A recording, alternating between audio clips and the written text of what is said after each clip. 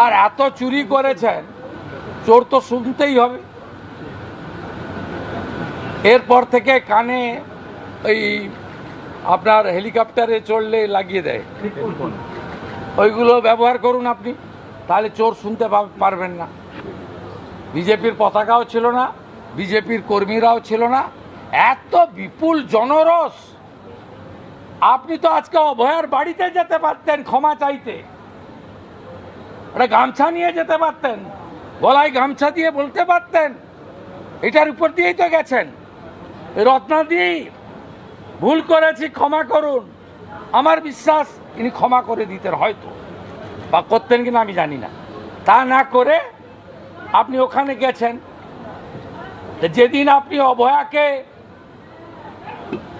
একটা স্টেট হসপিটালের ভিতরে মেরেছিলেন, প্রমাণ লুপাট করতে গেছিলেন, 10 লাখ টাকা দিয়ে কিনতে গেছিলেন, সেদিন আপনার গাড়িতে কাদা মাখাবে না কি ফুল ছুড়বে?